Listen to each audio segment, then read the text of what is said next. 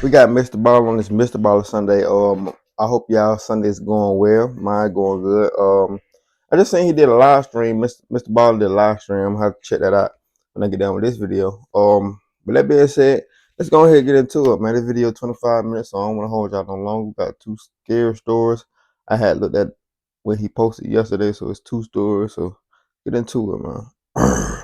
June 20th, 2005, a 40-year-old man named Wang Diang stood just inside the doorway of a little home in rural northeastern China. Outside, it was pouring rain with all this crazy thunder and lightning, and also there were these hailstones coming down the size of golf balls, smashing into everything. I mean, just the impact on the roof must have been so loud. And so as Wang was standing in the doorway, he was actually looking out in the direction of the storm because all these people were running towards him to come in the house. Wang was actually hosting a wake for a friend, and he was hosting this wake at this man's home. And all the people running up to him were all the mourners coming to pay their respects. Now, by this point, most of the mourners had already made it inside the house, and so Wang was basically just waiting for the last few stragglers to make their way inside. And so from his post at the door, Wang is watching the storm and all these people, and he also took stock of the fact that as he looked out to the big tobacco fields that kind of were all over the place in this town, that was the primary way people made money in this town, he noticed that, there was nobody out there tending the crops.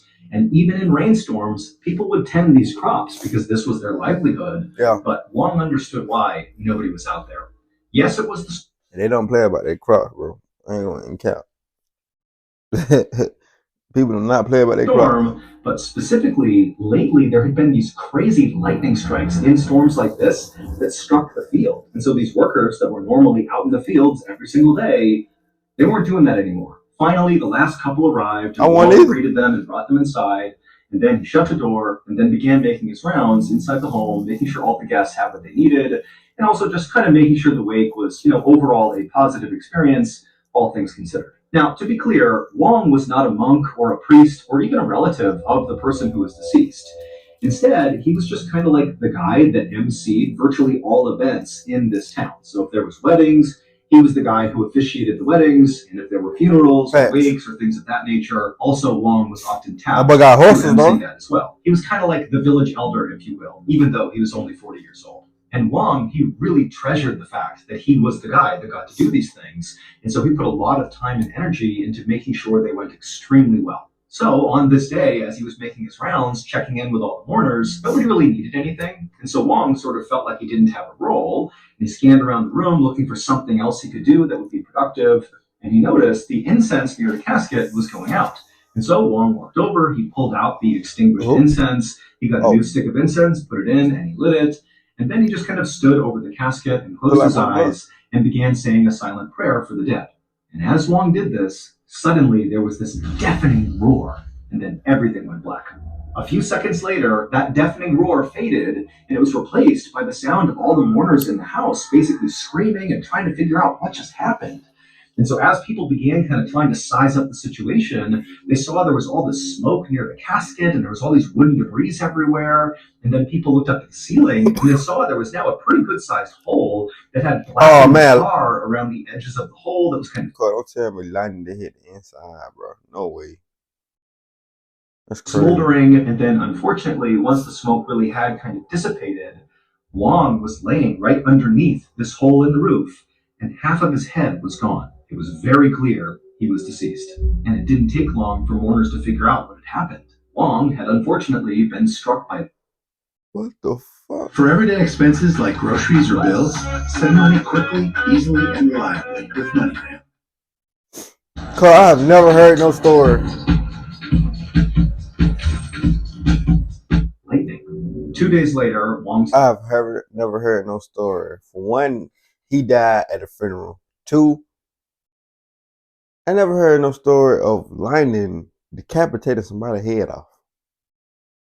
Family held a funeral for Wang, and basically the entire village showed up for this funeral because remember, Wang was really a central member of this community, and so it was a really big loss that he was now dead.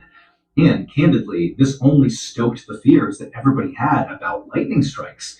I mean, this was really becoming a huge issue. But after the funeral ended and Wang had been placed into a hearse and driven off to the crematorium to be cremated, The people at this funeral who were kind of making their way out began kind of talking a little bit more candidly about what had happened to Wong. I mean, it was obvious he was struck by lightning, but in this town, there was a lot of superstition around deaths like this, when it seems like how he died is almost like an act of God. I mean, how many people get struck by lightning? Even if you're scared of being struck by lightning, that is a very rare phenomenon, and everybody knew that. And so the mourners couldn't help but suspect that maybe Wong was not this incredible person that everybody loved. Maybe he had deep, dark secrets, and the way he was killed was like God's punishment, smiting him for the terrible things he was hiding. But nonetheless, the mourners I believe at that. the funeral followed tradition and actually You'll be walked surprised. over to the local crematorium where Wong would be cremated. Basically, it's the absolute final goodbye, and typically the family will stay there and wait for all the people to come by and pay their final respects. And then at that point, the family hands off their loved one and their casket to the manager of the crematorium, and the cremation process begins. And so all that happens, all the mourners go to the crematorium, they pay their final respects, and then before long, Wong's family was brought inside the crematorium with the manager, and they were placed in this quiet room to kind of wait for this process to happen. And then the manager left them and went down the hall to the furnace room where Wong's casket was waiting for him. So the furnace room inside of this crematorium is basically like this big industrial space where in the middle is this huge, intimidating metal furnace, which is actually where, the bodies are slid in and burned until they're just ash. And so picture like the biggest oven you've ever seen with a big metal rectangular door and these rails that slide directly into this furnace, and the casket is placed on those rails and then kind of fed into the furnace. They seal the door and then, of course, ignite the furnace, and then the cremation begins. Right. And so the manager, who had done this many, many times, walked up to Wong's casket, which was already placed on the rails. Workers had already set it up for this process before he came in. And so the manager walks up to the casket, he opens it up, he sees Wong's body, and he confirms that Wong is just wearing a robe with a belt. He did not have any jewelry or metal on him or anything like that, which was not allowed during the cremation process. And so feeling confident that this was all good, he shut the casket and then slid the casket into the furnace. He shut the door, the big metal door, locked it, and then started the furnace. And as soon as he hit it, the manager heard the familiar sound of gas hit. Stop what you're doing and get this video a thumbs up. Stop what you're doing and get the video a thumbs up. As the gas kind of filled up the inside of the space, and then the familiar sound of the flames igniting. But as the manager kind of stepped away from the front of this furnace and was kind of making his way back towards the door, he noticed there was another sound coming from inside of this furnace. It was a hissing sound, but different than the gas sound. This was something else. And then before long, the hissing got louder and louder and louder. And then finally, louder. And then finally, there was this massive explosion inside of this furnace. And so smoke is pouring out of the sides. It was unbelievable that the furnace itself even held its shape. Something massive had detonated inside of this thing. And in fact, even though that door that seals the furnace shut, even though it had not been blown off, the force of whatever detonated inside of there was so strong that the manager... I'm trying to see what detonated. I mean, what's going on? I ain't gonna lie. Bro got struck by lightning, didn't he? Actually was knocked backwards from the blast. And so in a panic, he got up, and there's smoke filling the room, and there's flames kind of dancing out of the edges of this metal door in front of the furnace, and he hits the emergency stop, and the flames cut, but it's still all smoky, and it's totally chaotic, and workers are rushing into the room to figure out what's going on, and the manager had no idea. This was something he had never, ever seen. The best thing about Chime is being paid up to 2 days early. Install the Chime app today. I don't know what's going on. What if I told you for just $1 down? Just minutes later, firefighters arrived and basically extinguished the remaining flames that were kind of residually burning inside of the furnace and slightly outside of the furnace. Remember, this was a significant explosion, so there are cracks and breaks all over the furnace where some flames were still lit. But finally, the firefighters did extinguish all the flames, and then after it was safe to be in there, an investigation was launched as to what the heck happened in there. And so police officers went into this room and began sifting through all the debris in this room, both inside of the furnace itself and also, outside where it had cracked and things had shot off in different directions. And for a while, they found nothing. I mean, all they found were basically pieces of Wong, ash and some bone and some tissue from him. But there was nothing else that was unusual. But at some point, one of the officers did find something that was unusual. He found a piece of metal that was inside of the furnace that clearly should not have been there. Because remember, it's not allowed to have metal or jewelry or anything Jewelry, none on of the that. deceased Yeah. when they're brought into the furnace. And considering what happened, they're like, okay, does this have something to do with the explosion? And so the officers kind of huddled around this metal and they began kind of cleaning it off to see if there was anything written on it. It's not a very big piece of metal. And eventually they had cleaned it off enough that they realized there was something written on it, and it absolutely explained what had happened here. So, to understand what happened, you need to have an understanding of how the Chinese government responds to severe storms like the one that was going on the day that Wang was struck by lightning. So, remember, Wang's village had all these tobacco fields all over the place, which was not only how the villagers made their living, but also China as a whole. They need these crops to be bountiful. And these huge storms that produce those golf ball sized pieces of hail, those can severely damage tobacco crops. And the Chinese government doesn't want that to happen. And so the Chinese government has set up these things called weather bureaus, which are these government agencies all across the country whose job is to try to weaken these storms. And the way they do that is very interesting. They use a chemical called silver iode that they put into the actual storm clouds. And what silver iode does is it attracts ice particles and water. And so with this chemical up in the clouds, it kind of breaks up the hail a little bit and either makes them really small. And sometimes this chemical Goes to make you think. What else can they put in the sky?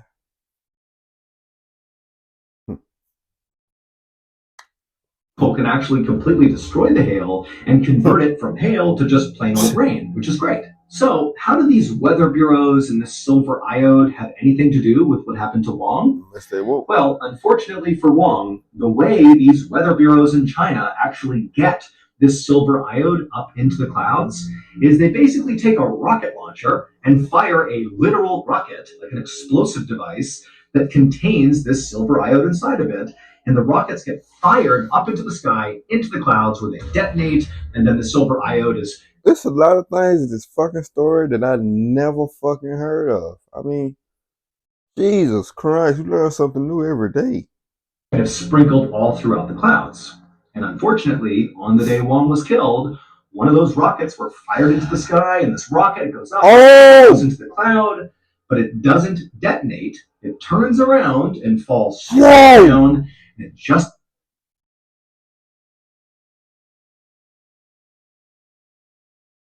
Oh shit! Cause I was like, bruh, I done heard people getting hit by lightning. I have never heard nobody get decapitated by lightning. Never. I never heard of that.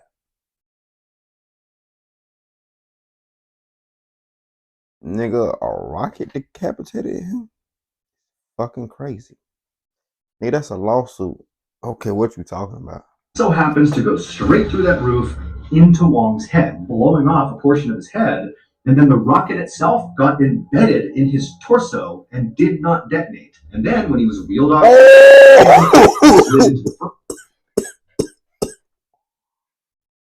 it exploded when they tried to burn his body. Cause I'm sitting there thinking like, what the fuck? Boy, ain't no way. I have never heard of nothing like this. This story is mind blowing. I ain't gonna lie to y'all. And that manager turned on the furnace. My head's gone right now. I ain't gonna lie to y'all. The explosion was the sound of that rocket inside of Wong's torso heating up and then finally detonating.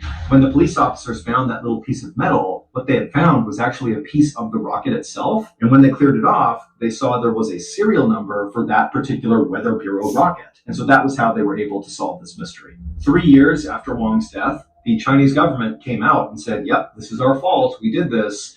And so they compensated Wang's family 80,000 yuan, which is equal to about 12,000 US dollars. And while that's a pretty underwhelming settlement to be paying for somebody's life. The fuck is that? They can shit that out. $12,000? He was already at a funeral as it is. So they got to think about that too. They was out here. He was already at a funeral, and he died at a funeral. My nigga, you get me 12,000, man.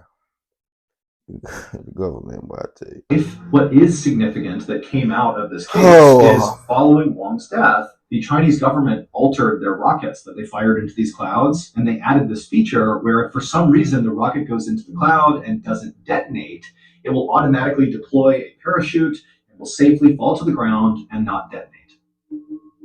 nah, this story is still fucking crazy. All right, I have some bad news for you. Seagull Lung is missing. You see, it all started about 4 years ago when I put you up and whipped poison ivy and updated sending love. Yeah. Come on, man. We have a new, but you gotta act now. Seagull Lung merch, which is your way of supporting Lung on his mission to destroy the like button. Enjoy. That story was crazy. I don't think nothing can top that one. Nothing can top that story, yeah. I'm sorry. What's going on? For everyday expenses, Nothing can top that story. Nothing can top that story. Easily and reliably with MoneyPay. I don't think the next story can top that last one. I ain't gonna lie. I barely knew how to jump. I ain't gonna lie, they got me. I'm a cybersecurity specialist. But they already got me, bro. I ain't gonna lie. He already got me. I ain't gonna lie, bro. On January 30th, 1989, two young men were working the afternoon lunch shift at a Domino's pizza restaurant in Champaign. Yeah, them original people from Domino's. Yeah, they used to work at Domino's. They got that same picture up on the wall. Every Domino's you go to, it's on there. I really just quit my shit. Really.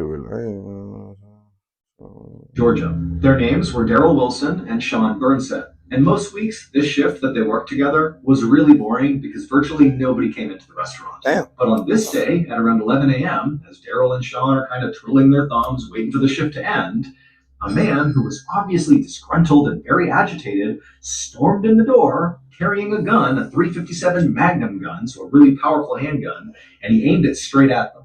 Daryl and Sean were so shocked by this that at first they didn't do anything. But then it kind of dawned on them that, oh my goodness, this guy's coming in here to rob the place. Shit, you coming to Domino's while I work at, my brother? You ain't making it out that motherfucker. Tell you. And I don't like nobody pointing no gun at me. So I look past the whole I'm at work thing. I look past that. I feel like, bro, you trying to rob me now. So don't care about the rest of it. Suddenly put their hands up and they begin saying, okay, take whatever you want, take whatever you want. And the man suddenly began shouting something at them like he wanted something. And it took Daryl and Sean a second to kind of understand what he was asking for. But when they started to process the things he was saying, they kind of understood that this did not seem like a robbery. The guy was demanding that they call Tom S. Monahan so he, this guy, the guy with the gun, can talk to Tom. Now, Daryl and Sean may have known this, but probably not because they likely didn't care. But Tom S. Monahan at the time was the owner of Domino's. Not like this particular restaurant in Champaign, Georgia, but like the entire national chain. He was the actual owner of the company. And so this guy is coming in being like, let me talk to the owner of Domino's. And so at some point, Daryl and Sean understood who Tom S. Monahan was. Perhaps the guy with the gun. Do they got his number? Maybe one of them didn't know who Tom S. Monahan was. But either way, Daryl and Sean suddenly realized, oh my goodness, this guy wants to talk to the owner. But they have no way of getting in touch with the owner of Domino's. They're just pizza cooks. They're not like connected to the C-suite. But when Daryl and Sean told the guy, like, hey, what the fuck would cooks have the motherfucker owner number? Not gonna lie, when I go work at somewhere, I'm not thinking about who owns this shit. I'm just coming there to get paid. I'm being truly God willing honest. You gotta cheat to get to the top. Long as my money look good, long as my hours match up with my check, I don't care who own it. I don't care who in charge. I don't care about none of that. You come in, imagine working somewhere. Somebody come in with a Magnum. I can't even get it out. With a Magnum and demand for you to talk to your owner, not the owner now, the owner of the business. Bro, how? You don't know how to get in touch with the literal owner of this major franchise. Well, the guy didn't like that. He got really frantic and began yelling and screaming like, you gotta do it, you gotta get Tom on the phone. And so Daryl and Sean are like, okay, and they grab the phone and they try to call their own boss because they don't know who else to call. And as they're calling their own Shit, boss, he don't know. this guy fires 2 shots into the ceiling. So this is like a really high intensity situation that's escalating really quickly. But Daryl, who actually was the one on the phone, he did his best to stay calm. And when his boss got on the other line, he tried his best to explain the situation as quickly as he could, because he could tell, this guy with the gun is very close to potentially shooting them. And the boss of Daryl and Sean did understand, okay, clearly there is a crisis happening at this branch. Definitely. And when Daryl said, you've got to find a way to get Tom S. Monahan on the phone, like right now, well, his boss was like, I got it. And a few minutes later, Daryl's boss, who's still on the phone with him, was like, okay, I'm going to patch you through. And a second later, Tom S. Monahan pops on the phone, and he's like, what's going on? And at this point, Daryl just handed the phone over to the guy with the gun and said, here you go, Tom's on the phone. And the man with the gun grabbed the phone, put it to his ear, and then began rattling off these totally bizarre demands. He wanted a white limousine to show up to the restaurant to be his getaway car. He wanted $10,000 in cash, and he wanted a copy of a science fiction novel about the Freemasons called The Widow's Son. And so Daryl and Sean, who are behind the counter witnessing this, they're hearing these demands, and it's clicking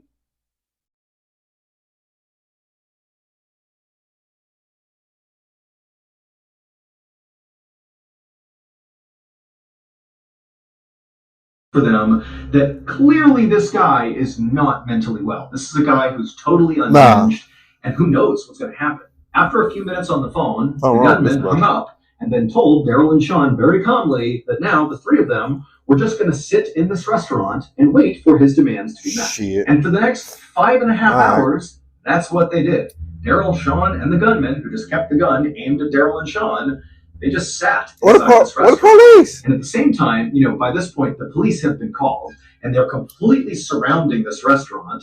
And when the gunman came into the store, because this was a very slow day, there weren't any other customers or staff inside, so it really was just Daryl, Sean, and the gunman. Damn. And so it's a total standoff. But interestingly, for Sean and Daryl, who were right there with this gunman, they started to sense that this guy was not here to hurt them. He was really after Tom S. Monahan. And over those 5.5 hours, they were just sitting there with him with his gun aimed right at them. He periodically began telling them, what his gripes were with Tom S. Monahan. The gunman told Daryl and Sean that Tom was specifically targeting him, the gunman. And also, Tom was secretly communicating with the gunman when the gunman didn't want to talk to him, almost like telekinesis or something. And also, the gunman told them that Tom S. Monahan periodically will walk around his property at night, kind of creeping around, scaring the gunman. And Daryl and Sean, they're hearing these things and not believing any of it. But they were very empathetic and said, oh, yeah, I can understand why that would be an issue. I can understand why you'd come in here and demand to speak to Tom S. Monahan. Yep, totally get it. And that was just kind of how the day was going. And then around 4:30 p.m., so they've been in there a long time by this point. I get impatient, cuz. I'm like, hey, bro, you gonna let me go? I ain't got nothing to do with it, bro. I just come in here to make $8, $9, $10, bro, and just go home, bro. You ain't gotta imagine, bro. I would have sued Domino's so bad. It would have been called Sosamos. The gunman told Daryl and Sean that he was really hungry. No, They better go make him some pizzas. So Daryl and Sean just got up, they went in the back, they made 2 large everything pizzas, and after they were made, they put them in boxes and slid them across the counter to the gunman. And at this moment, Daryl and Sean knew the gunman, in order to eat, would have to put his weapon down to open up the box and get the pizza. And so the second they handed it over, without even communicating with each other, they kind of waited for the gunman to put the gun down. He did. He put the gun down. He opened the pizza up. He grabbed a slice. And at that moment, Daryl and Sean began sprinting past him towards the door. And the gunman, who's seeing this happen, he drops the pizza, he grabs the gun, and he turns, and he aims. Oh, Mr. Ball, you wrong for that. You wrong for that. You're wrong for that, Mr. Ball. Oh, he wrong for that. Cannabis. It's not just legal in 38 states. It's a $36 billion global industry. And it's... So to really understand what's happening here, you need to understand what type of marketing Domino's, like the national franchise, was doing to advertise their product. Starting in 1985, Domino's came up with a very popular advertising campaign called The Noid.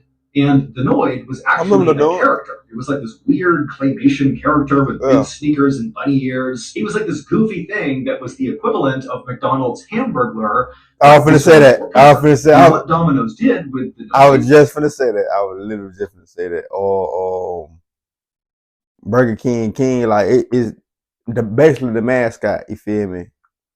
I would definitely say that. Is they would run these ads on TV where the Noid was like this menace who was always out to disrupt pizza deliveries. Not necessarily Domino's pizza deliveries, but generally pizza deliveries. It's like the Noid's going to destroy them, either by freezing the pizzas on their way to the person's house, or smash them into the ground, or causing whatever mayhem the Noid could create to stop pizzas from getting to their customers. And so Domino's kind of catchy thing was avoid the Noid with Domino's, meaning like Domino's, the chain, was the only chain capable of avoiding all the chaos that could disrupt you getting the thing you want, your pizza. And this advertising campaign was brilliant, not only because it really worked, people really liked Domino's because it did seem like they were superior, but also they were able to kind of franchise this character itself, the Noid. It became a toy you could buy, and there was talk about doing a TV show and maybe a movie around this Noid character. And Michael Jackson, like the king of pop, he put the Noid in one of his music videos. Yeah, that's where I remember that from. Really successful advertising campaign. But for as successful as this campaign was, it did unfortunately lead to what happened inside of this Domino's restaurant in Chamblee, Georgia. So on the day, this gunman came charging in and held up the place. And it happened in my state? Georgia, my name? I ain't never heard about this story. It's crazy. Aiming the gun at Sean and Daryl. The gunman's name was Kenneth Lamar Noid. And Kenneth Lamar Noid was not going into the store to get money or to steal food or to hurt, Daryl or Sean. He was there to get his revenge on Tom S. Monahan, who he looked at as the person responsible for coming up with this Noid campaign. Because Kenneth Lamar Noid was very mentally ill, and he believed the Avoid the Noid campaign was not a marketing campaign, but rather Tom S. Monahan specifically targeting Kenneth Lamar Noid, basically making him out to be this big villain. But Kenneth's plan for how to deal with this totally backfired, because in a totally ironic twist, by holding up this Domino's franchise and creating this huge standoff, he literally became like the Noid, because no pizza deliveries could be had that entire day out of that franchise. And so Kenneth Lamar Noid, in an effort to stop Tom S. Monahan from running this Noid campaign, because I'm no villain, I don't go after pizzas, I don't try to stop people from getting their pizzas. In an effort to do that, that is exactly what he did. He literally became the human version of the Noid. And so after Daryl and Sean made a run for it towards the door, Kenneth did grab his gun, and he did aim it at the two men, and he even fired it a couple of times, but he missed, and Daryl and Sean were totally unhurt. In fact, nobody got hurt. What happened is Kenneth Lamar Noid looked like the Noid, and he got arrested. However, instead of going to jail, he was sent to a psychiatric hospital. As for the actual advertising campaign itself, which was very successful, Avoid the Noid, well, it would not survive this total PR nightmare, and Tom S. Monahan canceled it immediately after Kenneth Lamar Noid was taken off. So in a weird way, Kenneth actually did sort of get his revenge. Avoid the Noid! Domino's Pizza delivers. Oh, now. Hey everybody, just a reminder. I'm not gonna lie, that was a crazy ass story, but it ain't beating the first one. I don't care what y'all talking about in the comments. It ain't beating the first one, bro. I ain't even know it. I ain't even catch on, bro. Bro, how you die at a funeral, my guy? That is crazy. To something that the government was doing. And I didn't even know the government could do that type of shit, bruh. Wait, imagine what they put in the air. Imagine. Y'all better stay awoke, man. In this story, man, Vote the Lord. I ain't gonna lie. Dude has some type of mental issues. Definitely. Yeah, it's kind of crazy. I ain't gonna lie. It's just like saying, McDonald, like just say McDonald, a dude named McDonald, and he think it's him. He think they think that they trying to impersonate him. It's just like saying that. Delusional. But anyway, give it your thumbs up. Make sure y'all like, share, comment, and And I also do question videos. So if y'all, you know what I'm saying, want me to react to something else, comment down below. That being said, see you when I see y'all. Happy Sunday. Let's ride.